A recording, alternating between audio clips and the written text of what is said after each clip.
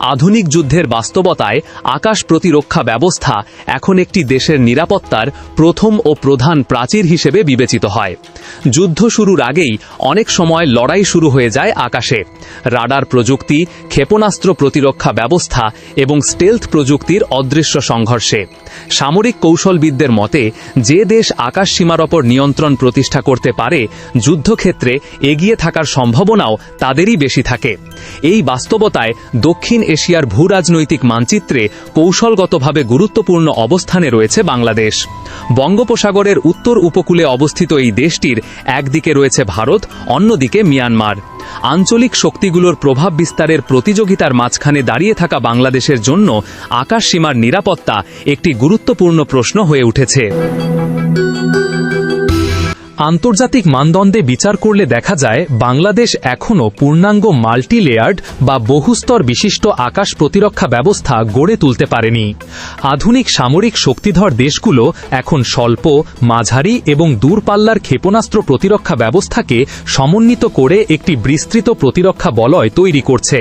এর মাধ্যমে আকাশপথে আসা যে কোনো ধরনের হুমকি, ড্রোন, যুদ্ধবিমান, ক্রুজ মিসাইল কিংবা ব্যালিস্টিক মিসাইল বিভিন্ন স্তরে প্রতিহত করার সক্ষমতা তৈরি করা হয়।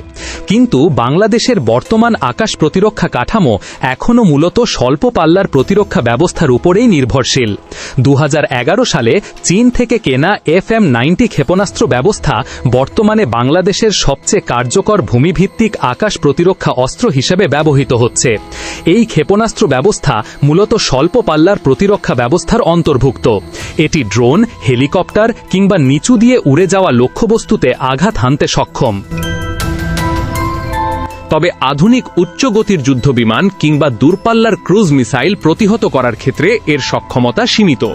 ফলে আধুনিক যুদ্ধের জটিল পরিস্থিতিতে এটি একটি পূর্ণাঙ্গ প্রতিরক্ষা বলয় তৈরি করতে পারে না। বাংলাদেশের আকাশ প্রতিরক্ষার সবচেয়ে বড় ঘাটতি হল মাঝারি ও দূরপাল্লার সারফেস টু এয়ার মিসাইল ব্যবস্থার অনুপস্থিতি। বর্তমানে বিশ্বের অনেক দেশই এই ধরনের সমন্বিত প্রতিরক্ষা ব্যবস্থা গড়ে তুলেছে। উদাহরণ হিসেবে ভারতের কথা বলা যায়। ভারত ইতিমধ্যে রাশিয়ার তৈরি S-400 ট্রায়াম্ফ ক্ষেপণাস্ত্র প্রতিরক্ষা ব্যবস্থা মোতায়েন করেছে, যার প্রতিরক্ষা পরিধি প্রায় 400 কিলোমিটার পর্যন্ত বিস্তৃত। অন্যদিকে প্রতিবেশী দেশ মিয়ানমারও তাদের সামরিক শক্তি আধুনিকায়নের অংশ হিসেবে নতুন প্রজন্মের যুদ্ধবিমান সংগ্রহ করেছে। এই আঞ্চলিক বাস্তবতায় বাংলাদেশের প্রতিরক্ষা সক্ষমতার সঙ্গে প্রতিবেশী দেশগুলোর ব্যবধান স্পষ্ট হয়ে ওঠে।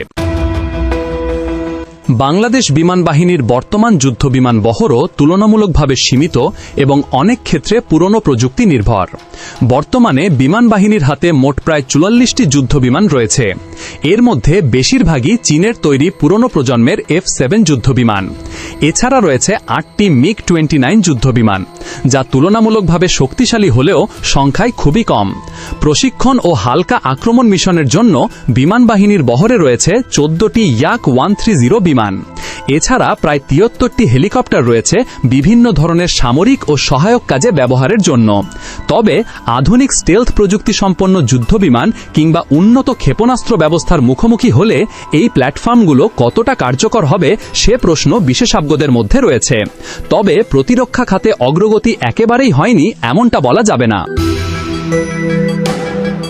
সাম্প্রতিক বছরগুলোতে বাংলাদেশ ধীরে ধীরে আকাশ প্রতিরক্ষা ব্যবস্থাকে আধুনিক করার কিছু পদক্ষেপ নিয়েছে।